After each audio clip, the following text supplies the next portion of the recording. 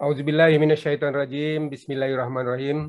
Alhamdulillahirabbil alamin. Wassalatu wassalamu ala asyrafil anbiya'i wal mursalin wa ala alihi washabihi ajmain. Rabbis shrah li sadri wa yassir li amri wahlul 'uqdatam min lisani yafqahu qawli. Ya Rabbana zidna ilman warzuqna fahaman.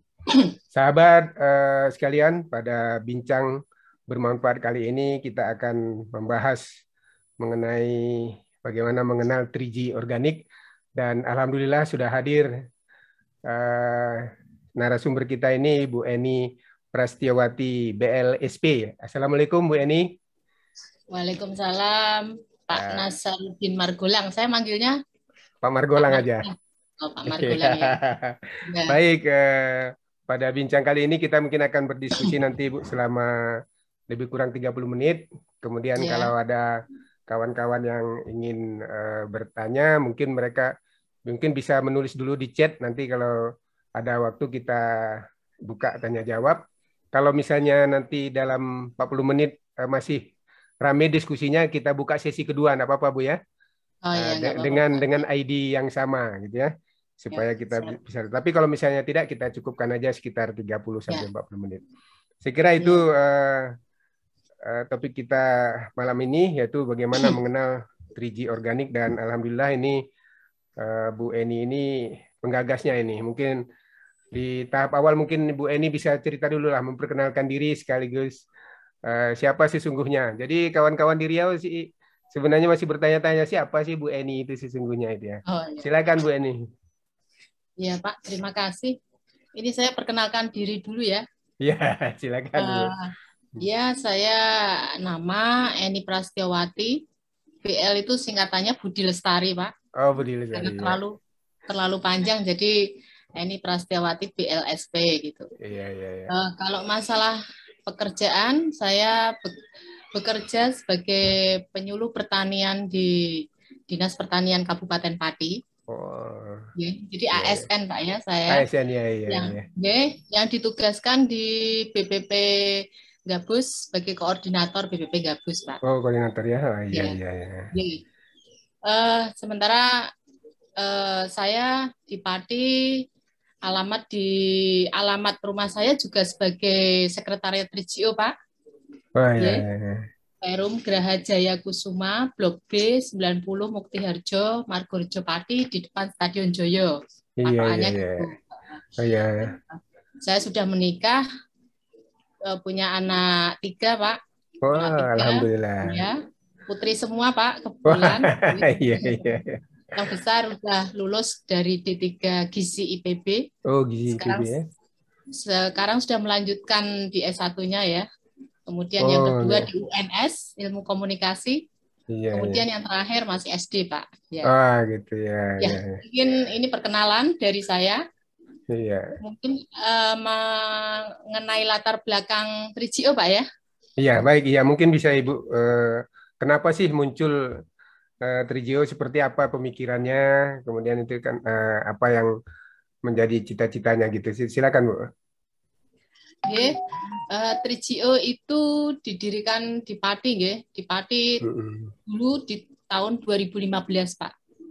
16 September 2015, berawal dari grup WA aja sih, kita iseng-iseng aja di grup WA, kemudian ternyata banyak sambutan dari kawan-kawan, kemudian pada 2015 itu kita mulai ngobrol-ngobrol.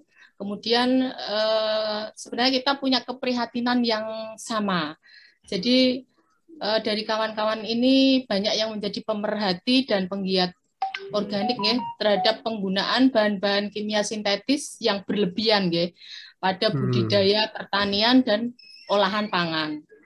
Sehingga hasil dari pertanian dan olahan pangan yang mengandung bahan kimia sintetis yang berlebihan ini susah diurai dan bersifat karsinogenik, dan sehingga menimbulkan banyak penyakit, di samping itu menyebabkan kerusakan lingkungan. Inilah yang menyebabkan kita mendirikan komunitas 3GO ini, Pak. Iya. Berawal dari keprihatinan itu. Berarti tujuannya untuk memperbaiki itu, atau seperti apa misi ke depannya itu, Bu? Kemudian 3GO sendiri punya visi misi Pak ya. Iya. Untuk visi kita, visi 3GO sendiri adalah terwujudnya kedaulatan pangan berbasis organik dan kearifan lokal. Kemudian misi yang kita usung yang pertama adalah mengembalikan pertanian yang ramah lingkungan. Kemudian yang kedua, kita juga ingin mewujudkan kesejahteraan melalui pengolahan pangan dan pemasaran yang sehat. Jadi kalau kita lihat dari visi misi kita ini memang dari hulu sampai hilir. Iya, iya. Berarti target misinya itu kepada produknya. Kalau ke SDM-nya seperti apa, Bu? Ada upaya enggak untuk seperti pemberdayaan atau bimbingan apa gimana gitu? Banyak, Pak. Jadi sebelum melangkah ke sana, mungkin kita perlu juga menjelaskan bahwa 3GO ini sudah berbadan hukum ya, Pak ya. Iya, ini iya, ada iya. badan hukum dari 3GO. Jadi pada tanggal 5 Februari 2008. 5 Februari 2008 kita sudah berbadan hukum. Sementara untuk kepengurusan 3GO dulu Pak ya. Iya. Kepengurusan kita untuk saat ini untuk pengawas oleh Insinyur Haji Soekarno. Pak Karno ini adalah seorang aktivis mangrove, Pak.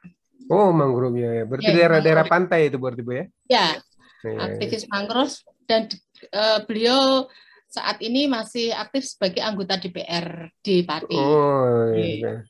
Kemudian untuk ketuanya kebetulan saya sendiri. Kemudian untuk sekretarisnya Retno Wijayanti, SP. Ini juga saya penyuluh pertanian, nggih.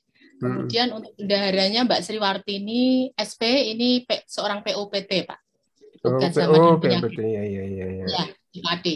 Kemudian untuk dari bidang pemberdayaan, kita ada dari UGM, Pak Dr. Atris Suyanto Hadi, STPMT. Iya, iya. Kemudian dari seorang pengusaha, Insinyur Sumarsono, MMA. Kemudian dari seorang petani, beliaunya Ketua Gapuktan dari Karanganyar, Pak Kusuma Prihandono. Iya, iya. Dan juga dari dosen Akprin Jogja, Bu Sri Rahayu Gusmawarni, STMT. Karena kita sudah MOU, Pak, MOU dengan Fakultas Teknologi Akprin ini, Bu Gusmarwani ya. Dan kita juga sudah MOU dengan Fakultas TP UGM. Oh, gitu ya. Mantap ya, Bu ya. Sudah ada. Dan kita didampingi ini, makanya didampingi dari UGM dan dari Akprin. Iya. Lalu kalau kita lihat posisi organisasi, kan Ibu kan sebagai penyuluh nih, Bu ya. Kalau di dinas seperti apa posisinya itu, Bu? Organisasi ini ada terdaftar atau terpisah dari kedinasan? Terpisah, Pak. Oh, terpisah. Kita terpisah, nggih. Jadi memang di luar jam kerja, nggih, di luar. Artinya kalau dalam setiap kegiatan-kegiatan tidak ada berhubungan dengan, misalnya berkaitan dengan organik, 3GO-nya seperti apa itu, Bu? Ya tentunya kita seiring sejalan lah, Pak. Karena yang organik ini sebenarnya kan jiwa ya, Pak ya. Iya. Jadi kalau kita sebagai penyuluh itu masuk di jiwa penyuluh. Sehingga kita dalam membina petani itu juga mengajak ke yang ramah lingkungan, baik dari sisi tanaman pangan sampai olahannya. Jadi jangan terlalu banyak kimia sintetis yang kita tambahkan di situ, sehingga yang kita makan pun lebih sehat. Kalau dia seorang ibu rumah tangga, kalau sudah punya jiwa organik, tentu dia memberi makan untuk keluarganya itu dipilih. Jadi tidak semua bahan makanan yang banyak kimia sintetisnya yang banyak dimasak. Jadi sebenarnya 3GO ini bersifat apa ya, untuk secara jiwanya, Pak, spiritnya lah yang kita tanamkan gitu ya. Iya.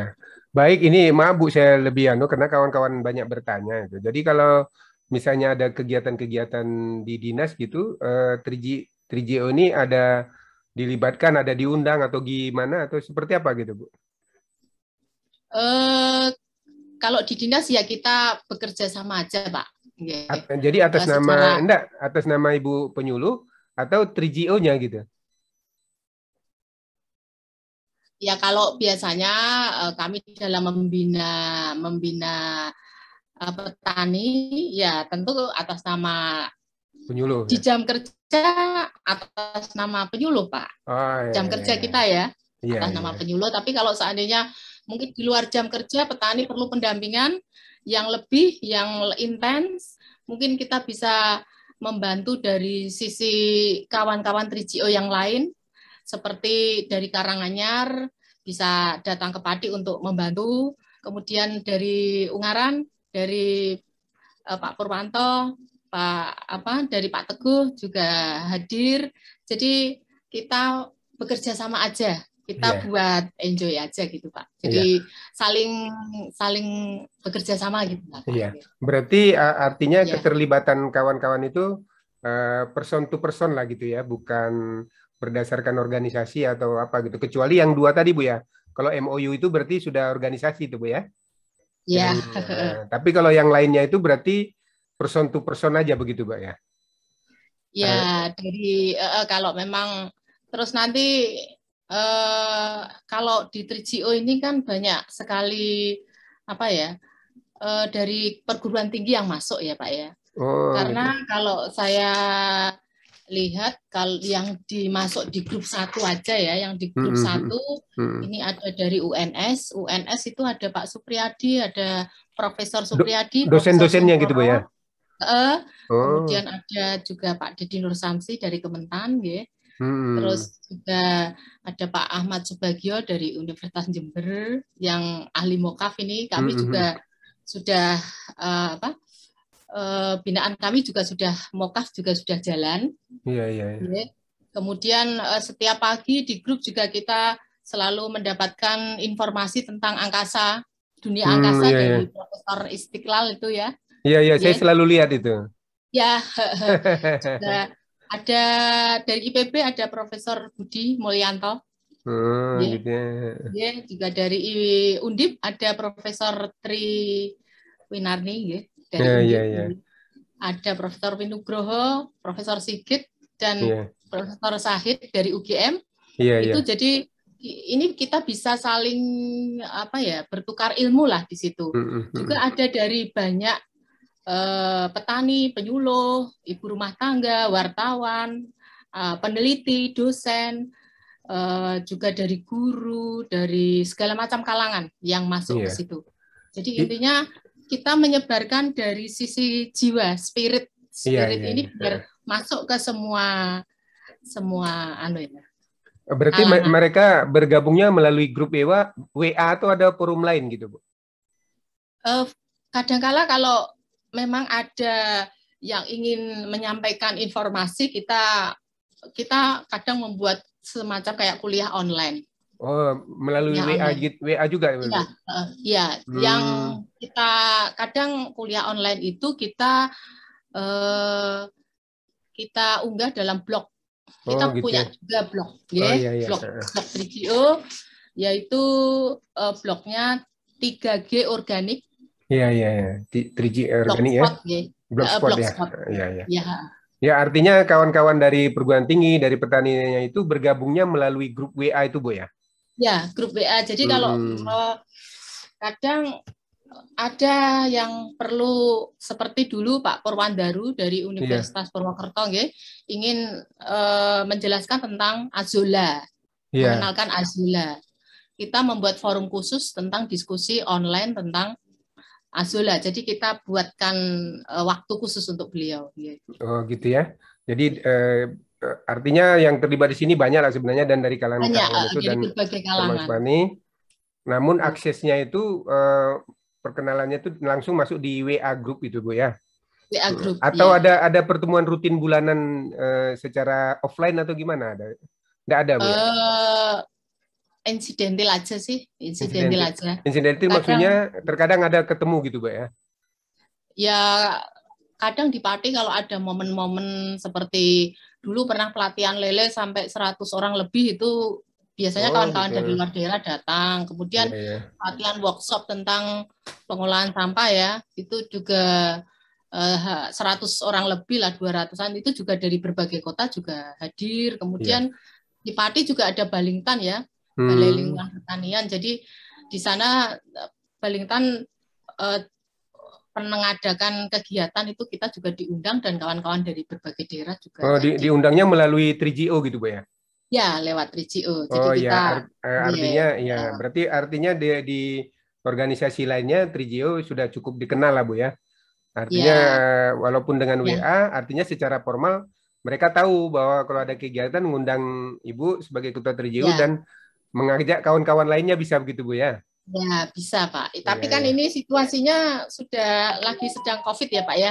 Jadi kita kan masih terkendala. Belum melakukan kegiatan lagi kumpul-kumpul.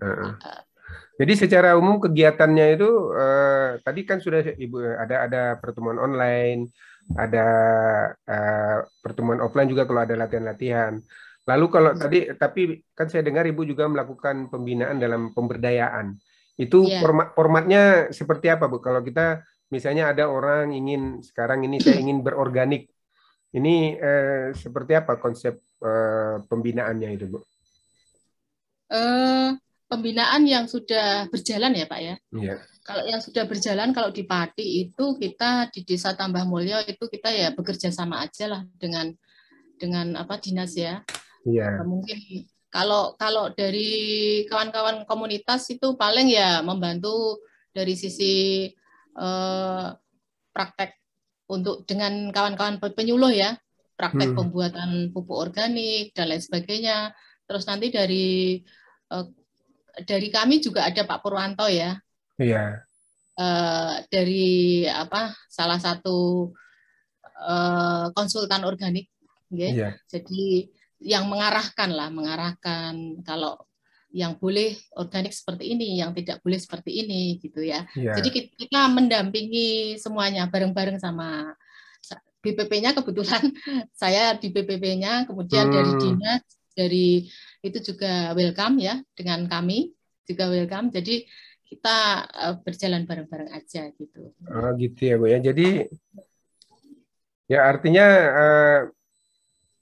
pembinaan itu kan pada ujung-ujungnya kan Ibu selalu mengatakan nanti dia misalnya ada produknya kita bina, misalnya dia menggunakan label-label yang kita sudah pernah singgung itu, Bu. Nah ini kan Ibu mensyaratkan ada siapa yang mendampinginya? Apa memang ada aturan main dalam misalnya ada orang mau terlibat di sini, kemudian apakah Ibu menunjuk atau seperti apa anunya itu, Bu? Kalau dalam 3GO sendiri kan kita sudah membentuk ya Pak ya, pengurus provinsi ya, kayak Pak Margolang ini kan dari Riau ya Pak ya. Kalau dari Jawa Tengah itu Profesor Supriyadi UNS. Kalau dari Jogja itu Profesor Sigit Supatmo dari UGM. Kalau dari Jawa Timur itu Bu Natalia, seorang pengusaha organik. Kemudian kalau dari Jabodetabek itu Pak Zainal. Pak Zainal. Jadi beliaunya yang mendampingi, tapi memang kalau memang produk itu memang yang lahir dari pendampingan kita, memang sebaiknya untuk logo 3GO bisa disertakan. Bisa ya, bisa dalam arti boleh disertakan, boleh tidak, kan tergantung dari yang kita dampingi juga. Minimal produk ini, logo 3GO ini mencerminkan bahwa itu memang sudah Headley Farming and Food. Jadi memang kita dampingi dari awal, jadi memang kita tahu memang benar-benar itu minimal non pestisida, Pak. Minimal gitu ya. non pestisida. Iya. Tapi kalau masih pakai pupuk kimia ya tidak apa-apa, tapi minimal sudah bebas pestisida. Jadi bisa kita memakai logo ini memang kalau dari dampingan. Baik, Bu. Jadi artinya menyebar di berbagai provinsi. Kalau kita maksudnya kalau kita lebih jauh lagi di setiap provinsi, kan itu kan kalau di Jawa mungkin dekat lah, Bu ya. Kalau di kita seperti saya misalnya kawan-kawan di Dumai itu jaraknya kan sampai jauh-jauh ya. Ya, 200 apa 120 kilo gitu. Nah, artinya apakah ini perlu kita siasati, apa ada pertemuan awal atau ada semacam surat tugas atau bagaimana menentukan persyaratan mereka bahwa dia itu bisa mendampingi. Kalau Ibu tadi kan kawan-kawannya itu sudah memang mumpuni lah ya, dosen apa dan sebagainya itu. Ya. Nah, dan tentunya bergabung dengan cara sukarela dan ditetapkan Ya. sebagai perwakilan. Nah, kalau kita di volunteer lah, volunteer ya Pak. volunteer Ya. lah. Nah, kalau kita Ya. di Sumatera atau di Riau ini, apakah bisa seperti itu aja kita tetapkan, misalnya juga ketua kelompok tani apa begitu, bahwa dia secara lisan saja atau seperti apa, Bu? Atau ada semacam surat tugas atau keputusan gitu atau gimana tuh, Bu? Kalau masalah kepengurusan kan sudah pernah Ya, saya sampaikan, kepengurusan ini ya. belum saya sampaikan ya Ya. ke Pak, Nah, Pak Nasarudin. maksudnya untuk membina di lapangan itu, Bu. Oh, untuk membina di lapangan. Apakah Kalau kami itu, kasih surat tugas atau dia ditunjuk seperti itu aja atau gimana? memang kalau lebih bagus Pak, lebih bagus, lebih tertib, itu Iya. memang biasanya ya dengan surat tugas malah lebih bagus Pak. Iya. Kalau mereka Kalau memang, pengalaman Ibu selama ini? kalau memang itu berkoordinasi dengan kita dan Iya. sepengetahuan kita, memang kita beri surat tugas Pak. Oh gitu ya. Oh. Memang lebih bagus dengan surat tugas, Iya, ya. iya, iya. Supaya menunjukkan bahwa memang itu perwakilan dari kita. Gitu. Iya. Yeah. Kalau penerapan teknologinya berdasarkan kemampuan dia lah ya. Intinya yang pertama mereka tidak pestisida kimia. Itu mungkin itu yang pertama lah ya. Lepas pestisida. Lepas pestisida dulu itu target. Ya. Nah, kemudian saya mendengar juga ada beberapa binaan Ibu itu sudah tersertifikasi. Itu difasilitasi oleh 3GO juga atau seperti apa, Bu? Kalau yang sudah tersertifikasi ya Pak ya, itu di Kediri ya, di Kediri Pak Ali Masum, Pak Taji itu tentu difasilitasi dinas semua Pak ini Pak. Oh dinas ya. Lalu peran 3GO seperti apa, Bu? Dari sisi ini kan mereka ini kan petani-petani organik semua. Oh memang. Kalau yang dari kalau yang dari Kediri itu memang diperkenalkan ke 3GO oleh Profesor Sigit dari UGM.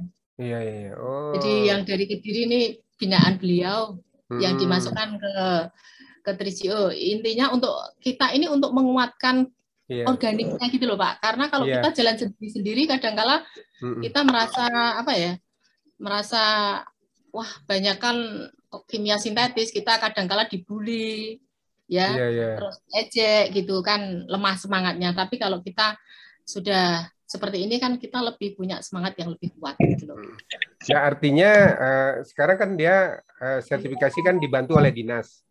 Lalu kelompok ini sejak awal dikenal oleh dinas atau setelah menurut kita sudah layak organik baru didaftarkan ke dinas atau gimana Bu prosesnya itu, Bu?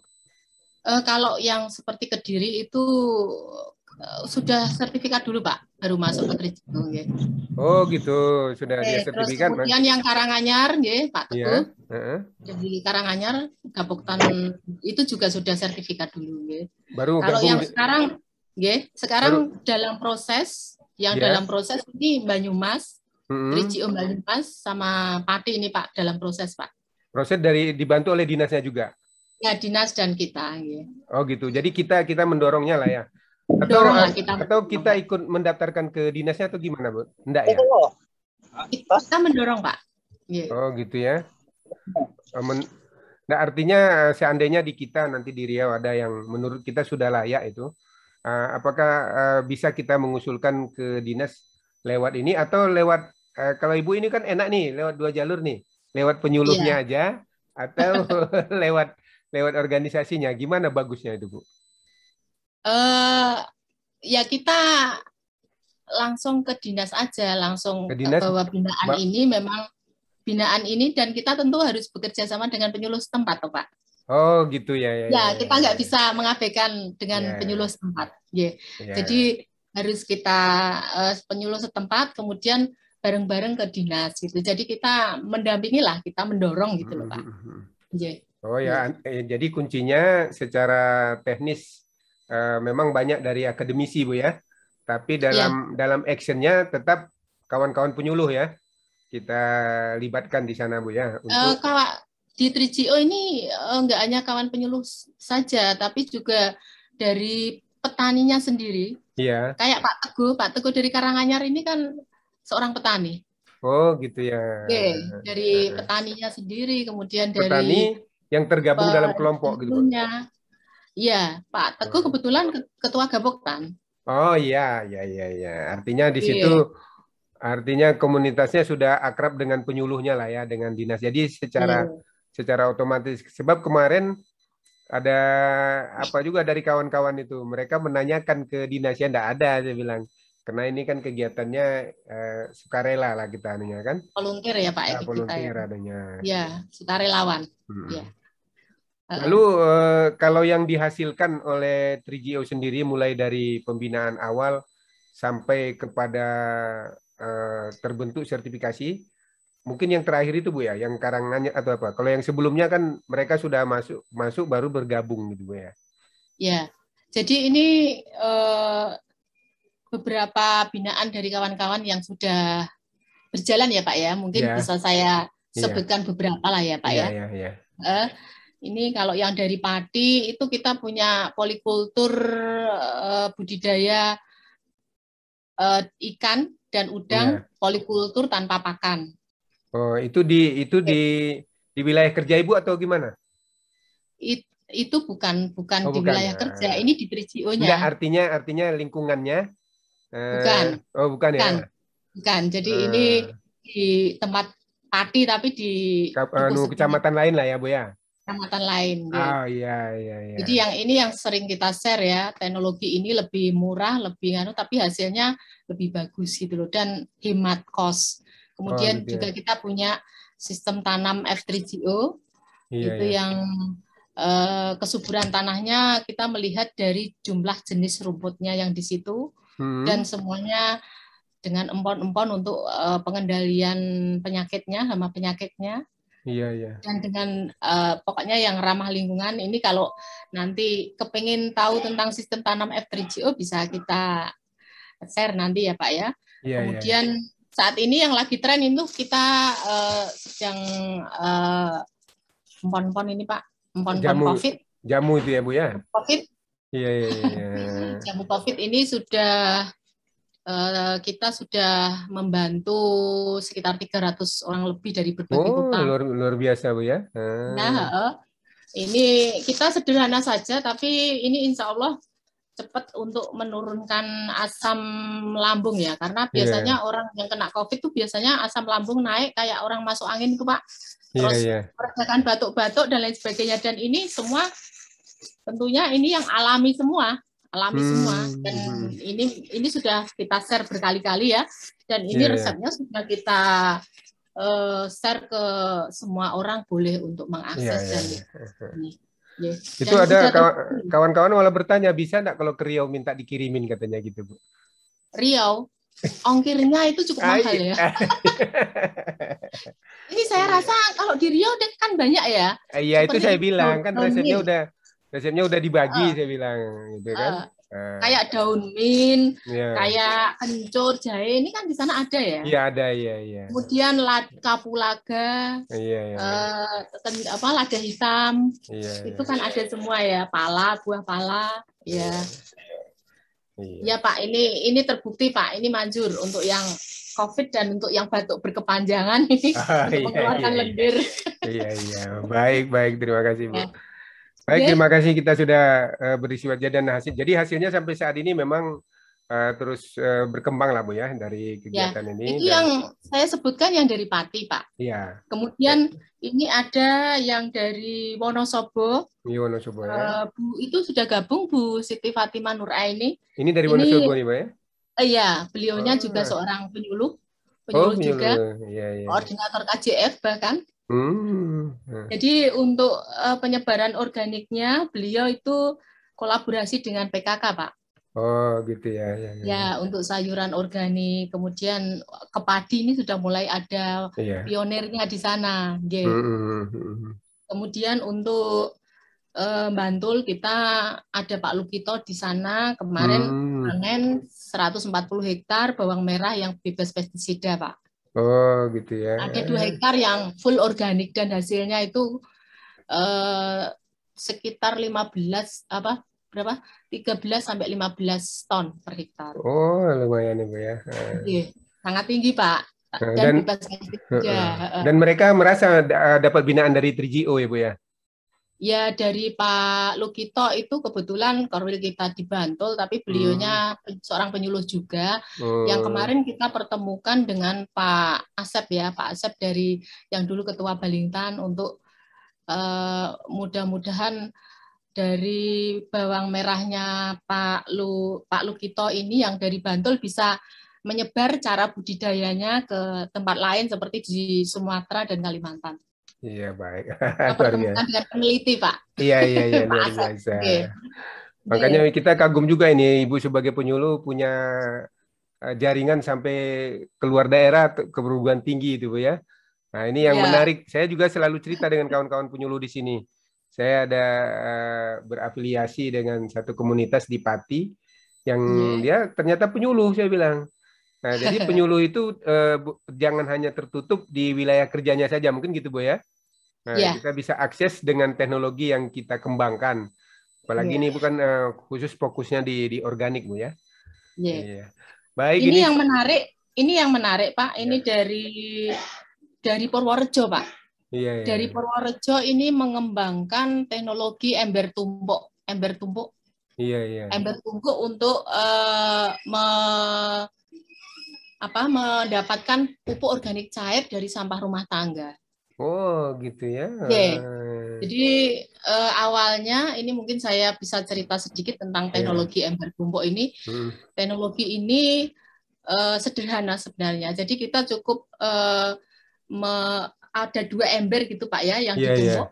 Saya Heeh. bisa menyetel sedikit apa namanya WA-nya beliau Iya. tadi WA ke saya. Sebentar Pak, saya cari. Jadi seperti ini Pak. Nampak? Oh, ah, iya, iya, iya. Yeah. Oh, ya dia ditumpuk di bawah dia anu ya. Dikasih keran. Iya, Jadi iya. awalnya kita buat inang dulu dari buah Pak ya. Yang Dari di atas atas ya, ini Bu ya. kita Heeh. kita kasih buah-buah segala macam buah, hanya buah saja, buah yang Heeh. tidak terpakai. Iya, iya. Buah itu 2 bulan baru bisa kita ambil. Hmm. Ini kita ambil, kita panen setelah 2 bulan. Itu Yang di menjadi bawahnya inang. embernya kosong itu, Bu. Ya untuk menampung lindi Iya, airnya. airnya. Heeh. POC-nya, ya. Heeh. Iya. Jadi ini untuk POC-nya yang pertama dari buah itu, kemudian kalau sudah kita tampung, kemudian kita panaskan supaya menjadi mikrobanya apa bakteri fotosintesis itu Pak. Iya. Nanti menjadi agak hitam, kemudian setelah itu kita tampung segala sampah dari sampah rumah tangga apapun Yang setelah mendapatkan itu inang yang dari yang di atasnya itu berarti kedap udara ya, enggak masuk udara, Bu ya? yang atas ini ditutup aja, tapi Tutup nanti bisa rapat. dibuka. Ditutup Ya. biasa lah, tutup biasa. Saya soalnya pernah mencoba yang di atas itu jadinya banyak apa namanya? Telur lalat itu jadinya. Nah, justru telur lalat itu yang nanti menjadi pakan pakan lele, Pak. Jadi hidroganik. Jadi nanti kita sistem ini, Pak. Apa namanya? Hmm. Jadi bawahnya ini kan kolam ini. Hmm. Nah, nanti ini kita kasih dari POC-nya itu, Hmm. kemudian atasnya itu nanti kita kasih gelas aqua, kita kasih fermentasi pupuk pupuk apa kambing atau Iya. pupuk apalah ya. Jadi ini Hmm. sudah cukup. Jadi nanti POC-nya ditaruh di kolam aja. Jadi Oh ini gitu. jadinya nanti organik. Apa ya? Iya, iya, iya, iya. Hidroganik atau apa ya? Iya, iya, iya. Hidroponik apa? Aero apa? Hidroganik. Hidroganik ya, iya, ya, Ya, iya. hidroganik. Baik, Kalau mungkin nanti hidroponik kan pakai ablended iya. ya. Ya. Iya, ini menarik Bu. Mungkin nanti secara khusus masing-masing teknis kita bisa diskusikan lah Bu ya. Karena Ini ini nanti bisa kita bikin waktu tersendiri Pak iya kalau ini. waktu tersendiri ya. Ini karena waktu kita sudah juga eh, lebih dari 30 menit kita udah nih Bu, anu Oh diskusinya. ya, mungkin kalau ada yang bertanya. Ya, Kalau ada kawan-kawan yang mau didiskusikan, silakan. Tapi Pak Purwoto dulu. Halo silakan. Pak Purwoto. Ini Pak Ya, Purwoto selamat malam. teknologi hidroganik ember tumpuk ya. Kami sudah mengembangkan senusantara, Pak. Ini, Pak. Wah, itu luar biasa. Dari Aceh sampai Papua sudah. Ini tiap saat kan kami dapat pesanan embernya. Kemudian gitu ya. Ini berarti untuk sosialisasi atau paparan kami selama ada pandemi memang jarang gitu loh. Ya. Ada teknik khusus di embernya, Pak ya? Nggak ada. Itu prinsipnya mudah, murah, gampang, istilahnya efisien dan kualitas tinggi. Bisa dicek, bisa dibuktikan. Kalau kami praktis hanya pakai TDS. Kalau tidak percaya, silahkan dilabkan ke BPTP atau ke UGM. Saya biasanya ngelabnya ke sana. Baik, terima kasih nih Pak Purwoto. Mudah-mudahan nanti kapan-kapan kita prinsipnya itu sangat mudah, murah. Kalau prinsip teknis itu seperti orang membuat rorak untuk mengumpulkan sampah-sampah untuk kemudian dikubur. Tapi kalau asasnya sama dengan orang minum jamu gendong. Oh, jamu gendong. Iya. Kan orang minum jamu gendong kan enggak pernah tanya kualitasnya atau kandungannya, tapi manfaatnya kan bagus, dia percaya. Iya, baik. Iya. Baik, terima kasih Pak Purwoto. Saya hanya sebagai praktisi, Pak. Gampangnya gitu, kalau tidak percaya silahkan dilabkan. Pasti lebih baik daripada pabrikan. Iya, baik, terima kasih Pak Purwoto. Ini salam kenal nih dari kami dari Riau. Iya. Pak Teguh gimana? Ada yang mau disampaikan? Pak Teguh dari Karanganyar. Di Riau kami juga ada, Pak, di Universitas Riau yang ngeleng ke saya. Oh, ada ya. Kalau di Sriwijaya Pak Teguh. Iya. Dr. Teguh. Kalau di UGM Pak Nasih di sana. Ya, makasih. Selamat malam. Ya, doa pertama mudah-mudahan COVID ini cepat berlalu ya, karena semuanya kena semua ini. Amin. Yang lucunya itu farmasi begitu gencar-gencarnya, tapi kok rempah-rempah itu nggak ada sama sekali resmi. Oh, pakai ini nggak ada ya. Semua bahannya dari rempah loh. Ayo Pak, gimana ini? Iya. Apa kita kurang promosi kali kita, Pak? Kayak TCO ini mempromosikan itu. Ya, kalau saya sendiri dari koordinator wilayah Karanganyar ya, juga udah jalan juga sama Ibu. Saya kenal dari Trigio itu dari rektor UNS ya, waktu itu kita dari komunitas petani organik di Karanganyar, terus diundang ke sana, ketemulah dengan Bu Eni, dan terus terang juga bahwa kita sejauh ini memang volunteer Bu Eni ya, sampai saya ke Kediri kawan, jadi kita menginformasikan tuh bagaimana teman-teman yang sudah organik, bagaimana cara atau ngelink ke pemangku kebijakan ya, stakeholder yang lain, misalnya legalitas organik atau apa. Jadi lebih kepada selain di on farm juga ini loh jalannya untuk trading tuh begini-begini, perizinannya begini. Itu memang sampai saya ke Kediri tuh mereka tuh udah organik 3 tahun lebih tapi nggak tahu mau sertifikasi gimana caranya, mau izin itu bagaimana, kan aneh. Iya. Sepele tapi penting sekali. Nah, kalau saya sendiri untuk operasional juga membiayai ke keliling ke teman-teman itu ya, memang di sini saya sendiri kalau secara pribadi melalui kelompok tani juga sudah supply ke distributor, di mana kita yang nge-link ke modern market ya, dalam hal pasar kita, misalnya Rans Farmer, Lotte. Nah, itu memang kalaupun mau ke Horeca ya, jadi kalau mau pembangunan pertanian tuh benar-benar memang kita nggak bisa cuma di on farm saja ya. Ya, berarti istilahnya itu kalau Pak Teguh berarti produknya yang dianu ya Pak ya? Ya, sampai jadi pendampingan itu dari mulai ngaduk pupuk sampai ngemas beras sampai jualan ke supermarket tuh kita mendampingi dan pelaksana juga itu Pak. Itu luar biasa itu. Ya. Berarti perlu banyak bertanya ini ke Pak Teguh kita ini.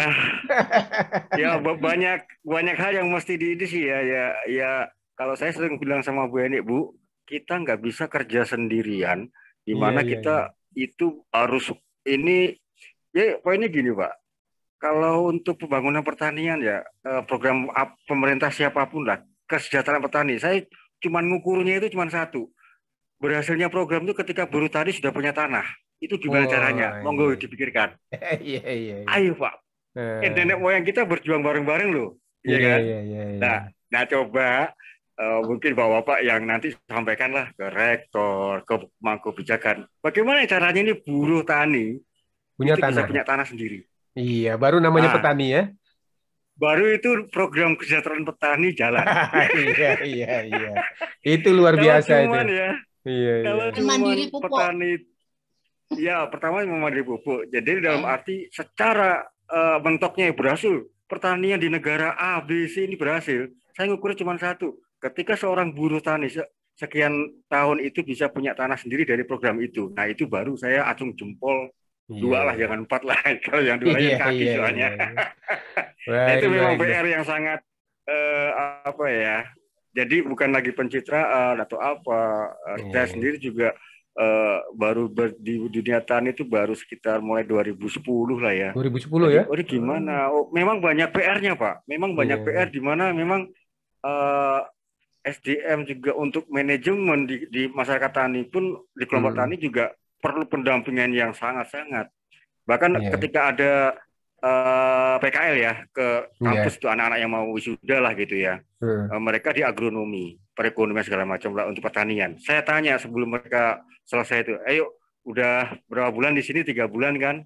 Oke, coba dihitung, lihat itu selepan, itu berapa lama itu mereka bisa balik modal, itu berapa nilainya gedungnya, nilai mesinnya, kemudian apa yang harus mereka lakukan untuk bisa balik modal.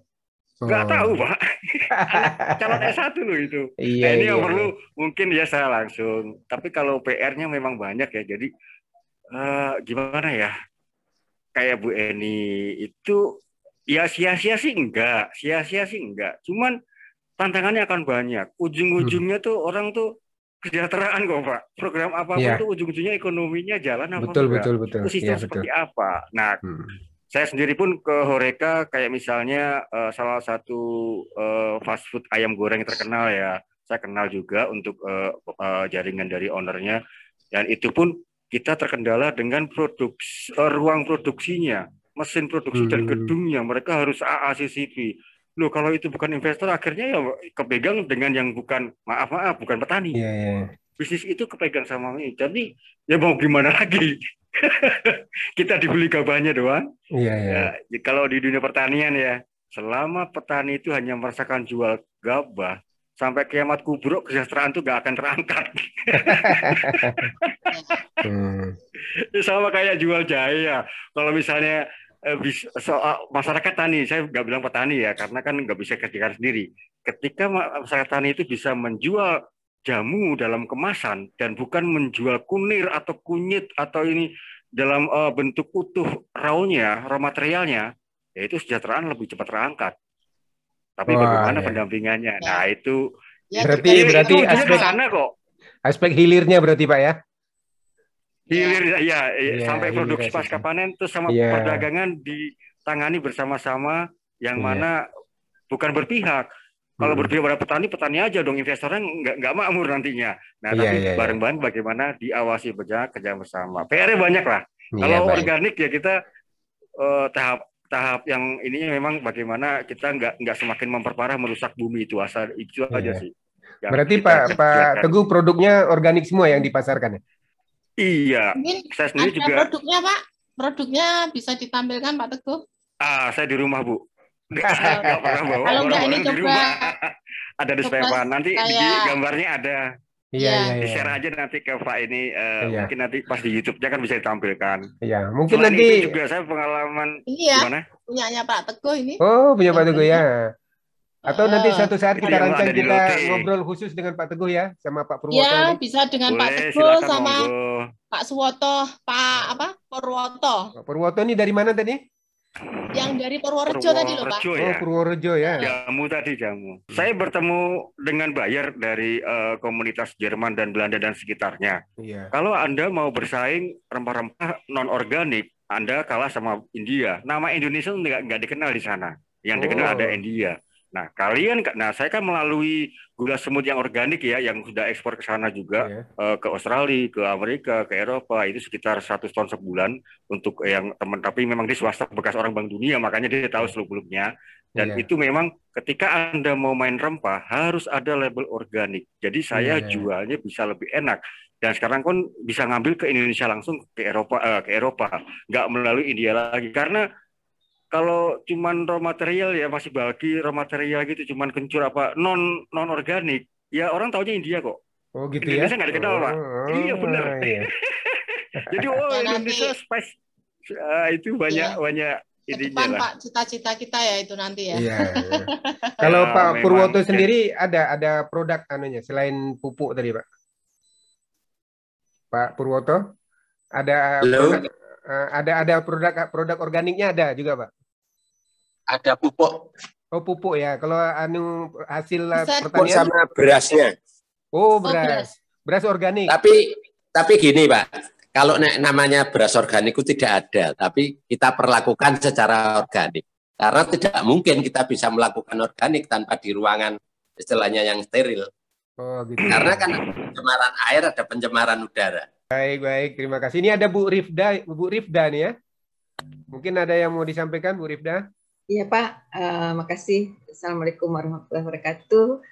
Saya dari Sumatera Barat, Bapak. Oh, Sumbar. Wah, iya nih. Iya, silakan. Buat Batu Sangkar atau enggak, saya Kota Padangnya. Padang ya. Padang. Saya mengenal Bu Eni itu 2018 atau 2017 ya, Bu.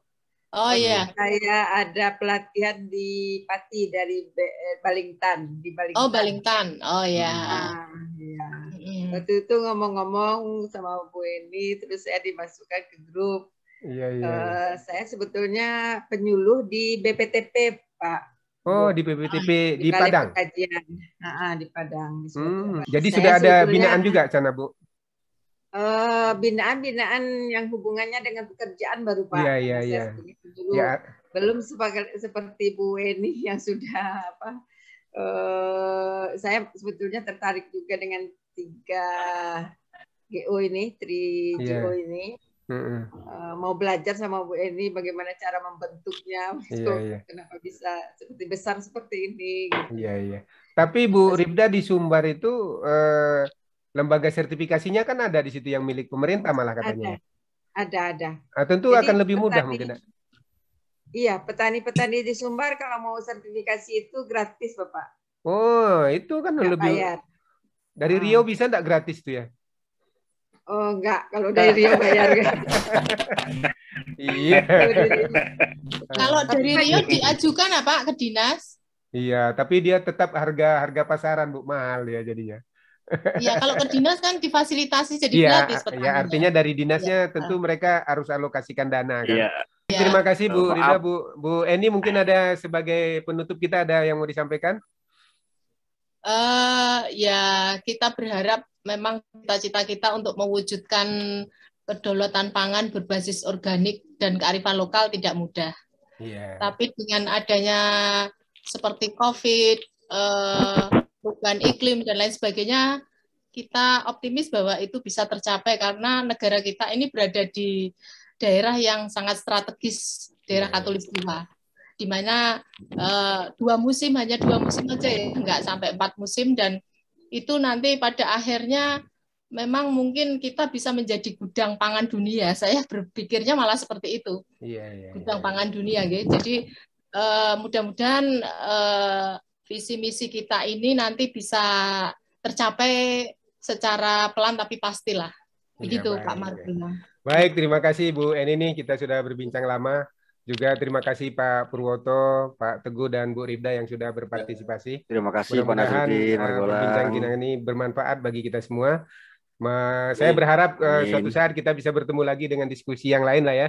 Nanti mungkin kita melalui fasilitasi Bu Eni lah ya. Kita diskusikan. Yang lain-lain juga. Saya kira demikian. Mohon maaf kalau ada hal-hal yang kurang berkenan. Burung Irian, Burung Cendrawasih, cukup sekian. Terima kasih. Assalamualaikum warahmatullahi wabarakatuh. Waalaikumsalam warahmatullahi wabarakatuh. Baik.